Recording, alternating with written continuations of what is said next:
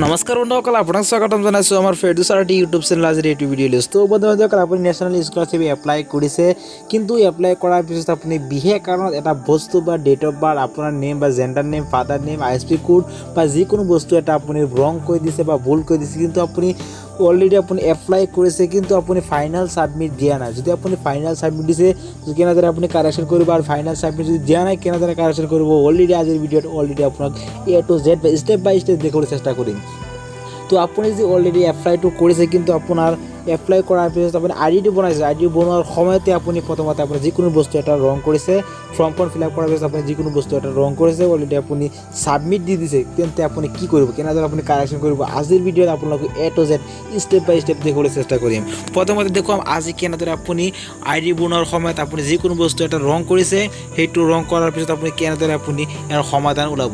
তো ফ্ৰেণ্ডছ, বলক আজিৰ ভিডিঅ'টো আৰম্ভ কৰি হয়। যদি প্ৰথমতে আপুনি আপলোড কৰাৰ পিছতে আপুনি ফাইনেল ছাবমিট দিয়াৰ আগতে যদি কাৰেকশ্যনটো কৰিব বিচাৰে, তেন্তে প্ৰথমতে কৰিব লাগিব আপোনাৰ আইডিখন উইথড্ৰল দিব লাগিব।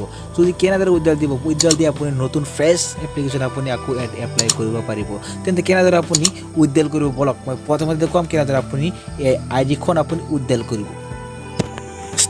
প্ৰথমতে আপোনাৰ নিজৰ মোবাইলৰ পৰা ক্ৰম ব্ৰাউজাৰ অ'পেন কৰি চাৰ্চ কৰিব। NSP চাৰ্চ কৰাৰ লগে লগে আপুনি প্ৰথমতে আপোনাৰ যাৰ অফিচিয়েল ৱেবছাইটখন আছে, আপুনি এই ৱেবছাইটটো আপুনি অ'পেন কৰিব। তো মই ইয়াত ক্লিক কৰিছোঁ। ক্লিক কৰাৰ পিছতে অলৰেডি আপোনাৰ সন্মুখত এনেদৰে পেজ এটা শ্ব' কৰিব। তো তাৰপিছত আপুনি লগইনত ক্লিক কৰি আপুনি 2122 আপুনি চিলেক্ট কৰি ল'ব। তো 2122 চিলেক্ট কৰাৰ পিছত এইখন পেজ আহি যাব। তাৰপিছত আপুনি আইডি আৰু পাছৱৰ্ড দি আপুনি কেপচাটো দি আপুনি লগইন কৰিব লাগিব। তো ফ্ৰেণ্ডছ, মই আইডি এণ্টাৰ কৰিছোঁ, তাৰপিছত মই পাছৱৰ্ড আৰু কেপচা এণ্টাৰ কৰি লগইনত ক্লিক কৰিব। তো ফ্ৰেণ্ডছ, মই লগইনত অলৰেডি মই ক্লিক কৰিম। তো লগইনত ক্লিক কৰাৰ লগে লগে আপোনাৰ সন্মুখত অলৰেডি আপোনাৰ পেজখন শ্ব' হৈ যাব। আৰু চাব, ইয়াতে আছে প্ৰথমতে আছে এপ্লিকেশ্যন ফৰ্ম। প্ৰথমতে মই ডেস্কটপ ছাইটটো অন কৰি লৈছোঁ।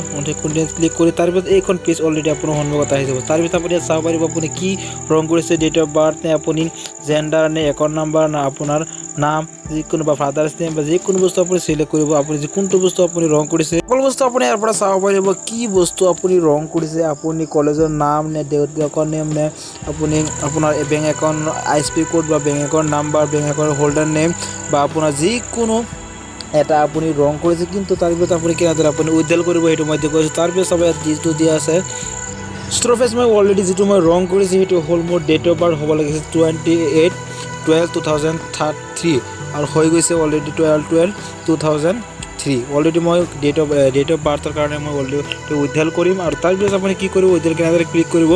তাৰপিছত আপুনি চাব ইয়াত দিয়া আছে উইথড্ৰল এপ্লিকেশ্যন ফৰ্ম বুলি যিটো অপশ্যন আছে, উইথড্ৰল ফৰ্ম, উইথড্ৰল এপ্লিকেশ্যন, ইয়াত আপুনি ক্লিক কৰিব।